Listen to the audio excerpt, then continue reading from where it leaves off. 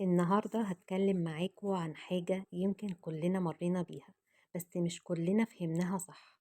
ليه أحيانا بنفضل في علاقات بتتعبنا رغم إننا عارفين إنها مش مريحة لينا؟ خليني أكون صريحة معاكوا. إحنا مش دايما بنختار الشخص الصح، إحنا أحيانا بنختار الإحساس اللي تعودنا عليه من وإحنا صغيرين. يعني إيه الكلام ده؟ يعني لو طفلة اتعودت إن الاهتمام بيجي متقطع، بتكبر وهي فاكرة إن الحب لازم يكون فيه شوية قلق مش هدوء وأمان. ويمكن عشان كده بنلاقي ناس كتير بتقول أنا عارفة إن العلاقة متعبة بس مش قادرة أسيبها. الحقيقة إن المشكلة مش ضعف إرادة، المشكلة إن المخ والقلب اتعودوا على نمط معين من المشاعر.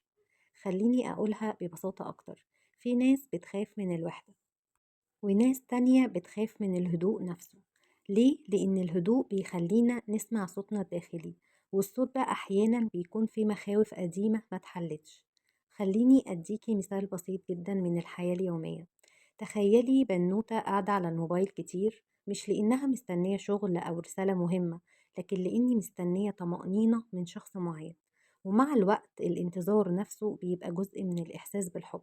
لكن الحب الصحي مش بيبقى توتر وقلق، الحب الصحي بيبقى راحة نفسية وهدوء واحترام لاحتياجات كل طرف. خليني أسألك سؤال بسيط جدا، وجاوبي عليه بصراحة من غير تفكير. هل انتي فعلا بتحبي الشخص اللي في حياتك ولا بتحبي الإحساس اللي بيجي لما هو يهتم بيكي؟ الإجابة الأولى اللي هتيجي في بالك غالبا هي الأصدق. ولو حسيتي إن الكلام ده لمس حاجة جواكي، فده معناه إن جواكي وعي عايز يفهم أكتر، مش عايز يهرب من الحياة.